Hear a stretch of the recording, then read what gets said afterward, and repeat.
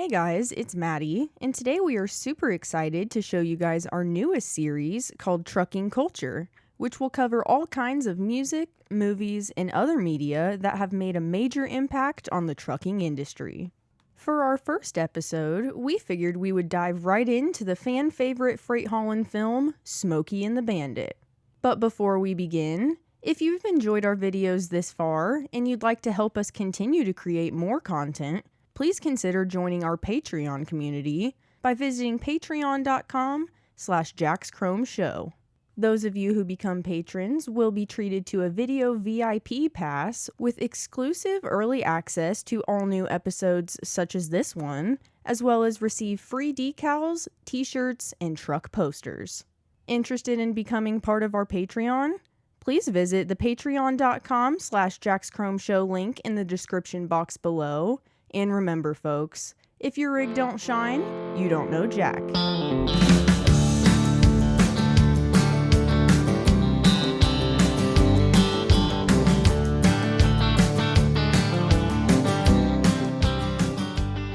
In today's feature flick, we will be deep diving, eastbound and down, loaded up and truckin'. We gonna do what they say can't be done. We've got a long way to go, and a short time to get there, so let's just watch old Bandit run with some trivia about the timeless trucking tale. Smokey and the Bandit is a 1977 film about a former thrill-seeking trucker's attempt to bootleg a truckload of beer in order to settle a bet and a small-town Texas sheriff's attempts to stop him on behalf of his jilted son. Featuring a legendary lineup of celebrities like the beloved Burt Reynolds as main character Bo the Bandit, as well as other all-star cast members including Jerry Reed as Cletus Snowman Snow, and Sally Field as Carrie, and Jackie Gleason as Sheriff Buford T. Justice. Smokey and the Bandit served as the second highest grossing movie of 1977, directly behind Star Wars. Directed and primarily written by Burt Reynolds' friend and celebrated stuntman Hal Needham, the film combined the hunger for heart-pumping high-speed chases with the appeal of watching Reynolds and Field act around the comedic stylings of Jackie Gleason. The movie was also based on a real Coors Banquet beer problem. While Needham was in Georgia working as Reynolds' stunt double in the 1976 film Gator, the driver captain on the set brought some Coors beer from California and brought a couple of cases to Needham's hotel room. After noticing that the maid kept stealing the Coors from the fridge, Needham remembered a Time magazine article from 1974 about how Coors was unavailable east of the Mississippi River because the beer was not pasteurized and needed constant refrigeration, and couldn't legally be sold outside of 11 western and southwestern U.S. states, which made him realize that bootlegging Coors would make a pretty good plotline for a movie. In fact, this led Needham, who had been living in Reynolds' pool house for 12 years, although the two rarely ran into one another due to their busy schedules, to present his landlord and longtime friend with the script for Smokey and the Bandit, written on yellow legal pads. Reynolds told Needham that if he could get the money to shoot it, he'd star in it. Although, according to Reynolds' autobiography, many of the movie star's friends, quote, got down on their knees with tears in their eyes and begged me not to do it. Another one of Reynolds' requirements for the film was for someone a little crazier, a little more dangerous, and a whole lot funnier to play the part of Sheriff Buford T. Justice. The studio suggested Richard Boone for the role, but Reynolds refused and instead recommended Gleason for the film.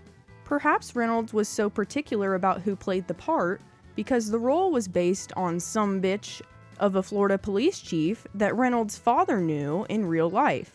Gleason, after gladly accepting the role, gave a great performance as the pesky police officer and ad-libbed almost the entire time, with Reynolds writing that Gleason never said a single word in the script. In fact, it was Gleason's idea to have the toilet paper coming out of his pant leg when Buford left the barbecue. These incredible improvisations were probably due in part to the plethora of quote-unquote hamburgers he enjoyed on set, which was Gleason's code for "get me a glass of bourbon." Despite Reynolds' recommendation for Gleason's role, It was reported that the two were supposed to share more screen time together, but after shooting the first of what was intended to be a handful of scenes with Reynolds and Gleason on scene together, Reynolds demanded that the subsequent scenes be scrapped, for reasons still unknown to this day. Sally Fields' story of how she got involved in the making of the movie Smokey and the Bandit was a bit different, however. Sally was quoted saying, "I did Smokey and the Bandit because Sybil was coming out, and everyone said, 'Whoa, the work is extraordinary, but man, is Sally Field ugly.'" She continued saying, "And then Burt Reynolds, who was this really big box office star at the time, called me and said, would I consider doing this? Which I was completely flabbergasted that he would call me and do that. And there was virtually no script, so I just took a leap of faith and thought, well, if I play this character that Burt is supposed to think is attractive, maybe the world will think I'm attractive, and somebody else will hire me. So I did it. And it was a great fun romp, journey, and certainly a good experience. And then it was all improv. It was almost entirely improvised. The only thing Burt forgot to tell ya was that he's running blocker for 400 cases of illegal booze. Speaking of improvisation, much of the movie made use of this method in the making, and countless changes occurred both before and during its production. For instance, right before filming began, Universal cut a big chunk of $1 million from the budget. The remaining $4.3 million were utilized for production purposes, with Reynolds raking in $1 million of that himself alone. And that's nothing but pure and simple old-fashioned communism. These cuts in production costs probably played a part in Needham's inability to incorporate all of the various vehicles that he wanted to in the making of the first film. He asked for 6 Trans Ams, but Pontiac would only agree to send 4. Needham also asked for 4 Bonnevilles for Jackie Gleason's cars, but he only got 2. By the time they shot the final scene, they had wiped out 3 Trans Ams, and the 4th one wouldn't start after all of the stunts, so another car was used to push it to the scene. However, 3 years later when Smokey and the Bandit 2 debuted in 1980, Needham asked for and received 10 Trans Ams and 55 Bonnevilles with no trouble at all. Speaking of Smokey and the Bandit 2, Jerry Reed's character Cletus, or Snowman, was originally going to be nicknamed the Bandit 2. In fact, a few other roles were revised from the original screenplay. Carrie's name was Kate, Bandit's last name was LaRue, Big Enos and Little Enos were Kyle and Dickie, Junior didn't exist, Bandit's car was not a Trans Am, and the reward for making the run was a new truck, not 80 grand. Continuing on Cletus's character, industry icon Jerry Reed was quoted calling Smokey and the Bandit just a lark. All we did was run up and down those Georgia roads, wrecking cars and having the time of our lives. Also, ironically, after Reed promised he would come up with a song for the movie, did not have one at the end of filming. When Needham asked him about it, Reed said he would have something for him the following morning. Despite being out all night, Reed still managed to sing his new song, Eastbound and Down, for Needham the next day. When Needham started looking a little thin in the skin, Reed replied, "If you don't like it, I can change it," to which the director rudely responded, "If you change one damn note, I'll kill ya." And it's a good thing they didn't change the country trucking classic that would ultimately capture the hearts of many and carry the song and film to see its continued success to this day. Smokey and the Bandit and its incredible influence and impact on the industry has transformed trucking arguably more so than any other featured freight-haulin film. In fact, after the film's debut, a pro football team, the Tampa Bay Bandits of the short-lived United States Football League, was named for the movie, with Burt Reynolds being a part owner.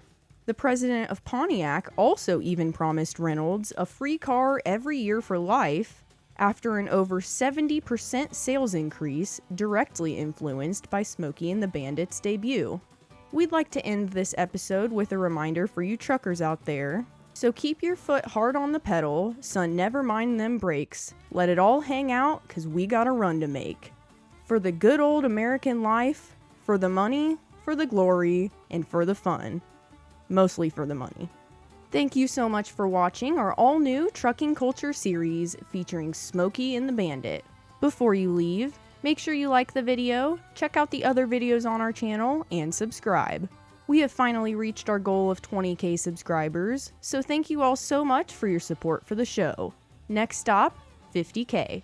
If you have any questions, comments, concerns, or anything else you'd like to talk to us about, please tune in to the live podcast, The Chrome Corner, Wednesdays at noon Eastern Standard Time, and join Maddie and Dave as they answer viewers' questions and discuss all things Chrome. If you'd like to stay up to date with the new projects we have coming, please follow us at Jack's Chrome Show on Facebook, Twitter, and Instagram. We still have our truck history shirts available on our website at jackschromeshow.com, so please be sure to check them out. Save stacks on stacks at jackschromeshop.com with the all-new Roadworks exhaust kits for Peterbilt and Kenworth trucks. Thanks for watching, we'll see you next week, and remember guys, if your rig don't shine, you don't know Jack.